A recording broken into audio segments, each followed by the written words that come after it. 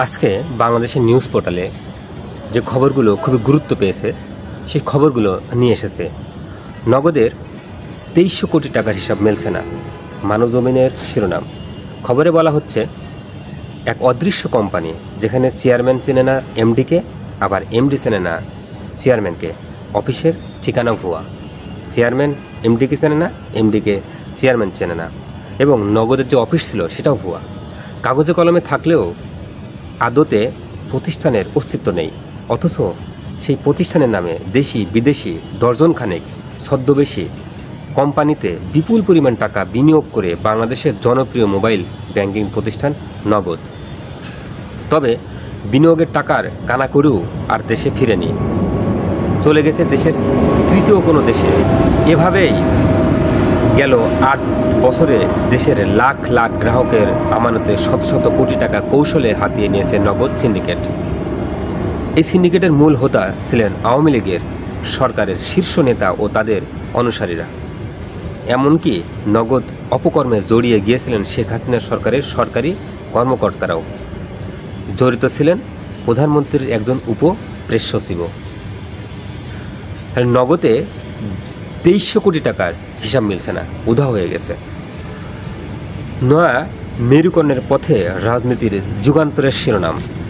খবরটিতে বলা হচ্ছে আগামী জাতীয় সংসদ নির্বাচনকে সামনে রেখে নয়া মেরুকরণের পথে হাঁটতে শুরু করছে দেশের রাজনৈতিক দলগুলো।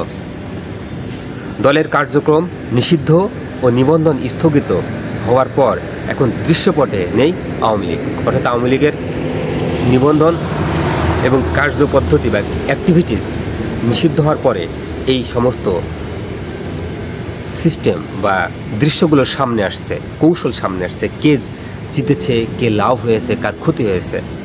তাই এখন রাজনৈতিক শক্তিগুলো ভোটের মাঠে সুবিধা নিশ্চিত করতে কে কোন পথে হাঁটবে, কে কাকে পাশে টানবে, এই নিয়ে চলছে নানা হিসাব নিকাশ। অর্থাৎ আওয়ামী লীগ যখন ছিল, যদিও 5ই অগাস্টের পর থেকে তারা বাস্তবিক অর্থে মাঠে নেই, তারপরেও তাদের দলের নিবন্ধন এবং দলীয় কার্যক্রম চালিয়ে গেছে কম বেশি। এখন মাঠ থেকে সরে যাওয়ার পরে লাভ লোকসানের হিসাব করছে অন্যান্য দলগুলো, কারণ যেহেতু তাদের একটা ভোটের ব্যাংক রয়েছে। এই নিয়ে রাজনীতির পালে নানামুখী হাওয়া বইছে, জানান দিচ্ছে নতুন মেরুকরণের আভাস। রাজনৈতিক বিশ্লেষকরা মনে করেন মাঠের ও ভোটের রাজনীতি বিএনপি এখন দেশের অপ্রতিদ্বন্দ্বী জায়গায় রয়েছে। মাঠের ভোটে এবং রাজনীতিতে, মাঠে এবং রাজনীতির ভোটেতে বিএনপি সবচেয়ে একটা সংখ্যা গরিষ্ঠ দল হিসেবে এখন রয়েছে, অর্থাৎ সব থেকে বেশি ভোট তাদের ঝুলিতে। জামায়াত ইসলামী ও নতুন দল জাতীয় নাগরিক পার্টি এনসিপির মধ্যে আপাতত দ্বন্দ্ব দেখা গেলেও কতদূর যাবে তা পরিস্থিতি বলে দেবে। জামাত এবং বিএনপির মধ্যে দ্বন্দ্ব দেখা গেছে, দ্বন্দ্বটা কতদূর যাবে তা আসলে সামনে আমরা দেখতে পাবো। এবি পার্টির সঙ্গে এনসিপি সহ বেশ কয়েকটি দলের হতে পারে অ্যালায়েন্স। সমকালের শিরোনাম, শেষ শর্ত পূরণ করতে এনবিআর বিলুপ্ত ঋণ পাওয়ার আশা।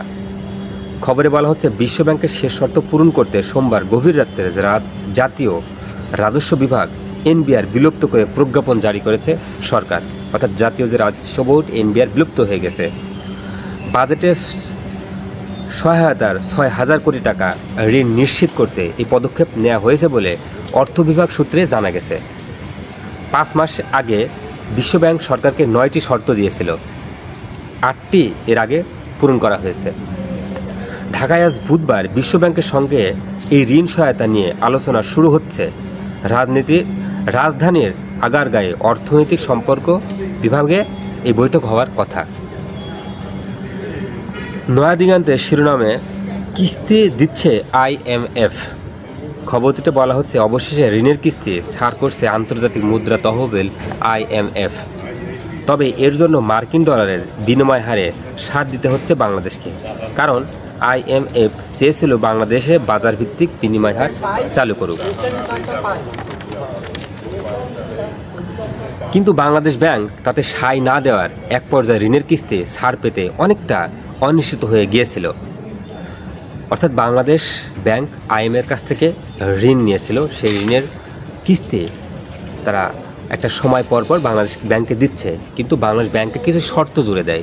সেই শর্ত রাজি না হয় তারা কিস্তি আর দিচ্ছিল না বাংলাদেশকে, এটা মূল কথা। অবশেষে বাংলাদেশ কিছুটা নমনীত হয় আন্তর্জাতিক সংস্থাটি তার চলমান $470 কোটি ঋণ কর্মসূচির আওতায় বাংলাদেশকে 2 কিস্তির অর্থ ছাড় করতে যাচ্ছে। সংস্থাটি 2 কিস্তিতে বাংলাদেশকে $130 কোটি দেবে। আগামী মাসে অর্থাৎ জুনের মধ্যেই মিলতে পারে এই অর্থ। এই বিষয়ে আজ বুধবার বাংলাদেশ ব্যাংক এক সংবাদ সম্মেলন ডেকেছে। মন্দাভিত্তিক ধাক্কা রাজস্বে, এটি কালের কণ্ঠের শিরোনাম। এই প্রতিবেদনটিতে বলা হচ্ছে অর্থনীতিতে স্থবিরতা, ব্যবসা বাণিজ্য মন্দাভাব, এর প্রভাব আজ রাজস্ব আয়ে বড় ঘাটতি, নতুন করে যোগ হয়েছে জাতীয় রাজস্ব বোর্ড এনবিআর, বিভক্তি নিয়ে কর্মকর্তাদের ঢিলেমি। এতে রাজস্ব আয়ে চলেছে গাছাড়া ভাব, ফলে এটিও রাজস্ব ঘাটতিতে ঘি ঢালছে বলে কথা উঠেছে। চলতি অর্থ বছরে 10 মাসে রাজস্ব ঘাটতি 71,000 কোটি টাকা ছাড়িয়ে গেছে। চলতি অর্থ বছরে অর্থাৎ 10 মাসে 71,000 কোটি টাকার অর্থ ঘাটতি হয়েছে বাংলাদেশে। কর্মকর্তাদের সম্মিলিত কলম বিরতির ফলে দিনে অন্তত 1,200 কোটি টাকার রাজস্ব ক্ষতি হচ্ছে। অর্থাৎ কর্মকর্তারা একটি কলম বিরতি নিয়েছে, কাজ করবে না, তার জন্য প্রতিদিন অন্তত 1,200 কোটি টাকার রাজস্ব ক্ষতি হচ্ছে। টানা 3 দিন কর্মকর্তারা কাজ না করলে এই ঘাটতি প্রায় 3,500 কোটি টাকা ছাড়িয়ে যাবে। দাবি না মানলে আন্দোলন চলবে। ব্যাংক খাতে মাসে 1,81,000 কোটি টাকার তারল্য সহায়তায় কেন্দ্র ব্যাংক, এটি বণিক বার্তার শিরোনাম।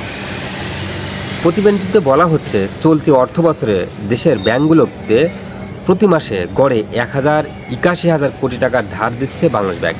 অর্থাৎ তারল্য সংকট বলতে বোঝায় এটাই, যখন ব্যাংকের কাছে নগদ অর্থ থাকে না তখন ব্যাংক কারো কাছ থেকে টাকা ধার নেয়, একে তারল্য সংকট বলে। এবং সেটা বাংলাদেশ ব্যাংক গড়ে প্রতি মাসে গড়ে 1,81,000 কোটি টাকা ধার দিচ্ছে বাংলাদেশ ব্যাংক, তো অন্যান্য ব্যাংকে দিচ্ছে এটা।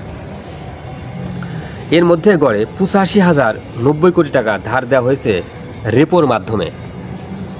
রেপোর চেয়েও স্পেশাল লিকুইডিটি সাপোর্ট বা বিশেষ তারল্য সহায়তার আওতায় বেশি অর্থ ধার দিতে হচ্ছে চলতি অর্থ বছরে। প্রতি মাসে বিশেষ এই ধার ব্যাংকগুলোকে দেওয়া হয়েছে 96,014 কোটি টাকা। অর্থাৎ ব্যাংক ধার দিচ্ছে 96,014 কোটি টাকা অন্য ব্যাংকে। দেশের মুদ্রা বাজারে গতি প্রকৃতি নিয়ে কেন্দ্র ব্যাংকের তৈরি করা মানি মার্কেট ডাইনামিক্স শীর্ষক প্রতিবেদনে এসব তথ্য তুলে ধরা হয়েছে। প্রতিবেদনে দেখা যায় দেশের বাণিজ্যিক ব্যাংকগুলো এখন রেপোর চেয়েও স্পেশাল লিকুইডিটি সাপোর্ট হিসেবে বেশি অর্থ ধার করছে। বর্তমানে রেপোর সুদের হার 10%, আর স্পেশাল লিকুইডিটি সাপোর্টের সুদের হার 11%। সেজন্য রেপোর সুদের হার যেহেতু কম, সেজন্য ব্যাংক দিচ্ছে। সোনা পাচারে 209 সিন্ডিকেট। দেশের রূপান্তরের খবর, এতে বলা হচ্ছে সোনার দাম বাড়ছে, পাশাপাশি সোনার পাচারও বেড়ে চলেছে। সোনার দাম বাড়ছে, আবার সোনার পাচারও বেড়ে চলেছে। অর্থাৎ দেশ থেকে অবৈধ পথে সোনা চলে যাচ্ছে। প্রায় প্রতিদিন সোনার চালান আসছে বাংলাদেশে বিভিন্ন এয়ারলাইন্স করে। শাহজালাল 3টি আন্তর্জাতিক বিমানবন্দরে ব্যবহার করে চোরা চালান কারবারিরা আইন প্রয়োগকারী সংস্থা নানা কৌশল নিয়েও নিয়ন্ত্রণ আনতে পারছে না তাদের। অর্থাৎ আইন প্রয়োগকারী সংস্থাগুলো বিভিন্ন অ্যাক্টিভিটিস করলেও এই চোরাচাক কারবার যারা কাজে লিপ্ত হয় তাদেরকে আইনের আওতায় নিয়ে আসতে পারছে না, ফাঁক ফোকর দিয়ে চলে যাচ্ছে তারা। সোনা পাচার নিয়ে শীর্ষ কর্মকর্তারা বৈঠক করেছেন। গোয়েন্দাদের অনুসন্ধানে জানা গেছে এই কারবারের কারা সম্পৃক্ত আছে। অর্থাৎ গোয়েন্দারা এই বিষয়ে অনুসন্ধান চালিয়েছে এবং কারা এই সোনা পাচার করে সেই বিষয়ে তাদের কাছে তথ্য এসেছে। আন্তর্জাতিক একাধিক চক্র বাংলাদেশে সক্রিয়, তারা বেশিরভাগ সময়ে দেশের বাইরে অবস্থান করে। অর্থাৎ আন্তর্জাতিক একাধিক চক্র বলতে কি, তারা বাংলাদেশের সোনা অবৈধভাবে অন্য দেশ থেকে অবৈধভাবে সোনা বাংলাদেশে পাঠায় এবং তারা এই চক্রটি বাইরে অবস্থান করে। আজকের খবর এই পর্যন্তই। ভালো থাকবেন, খবরের সাথেই থাকবেন।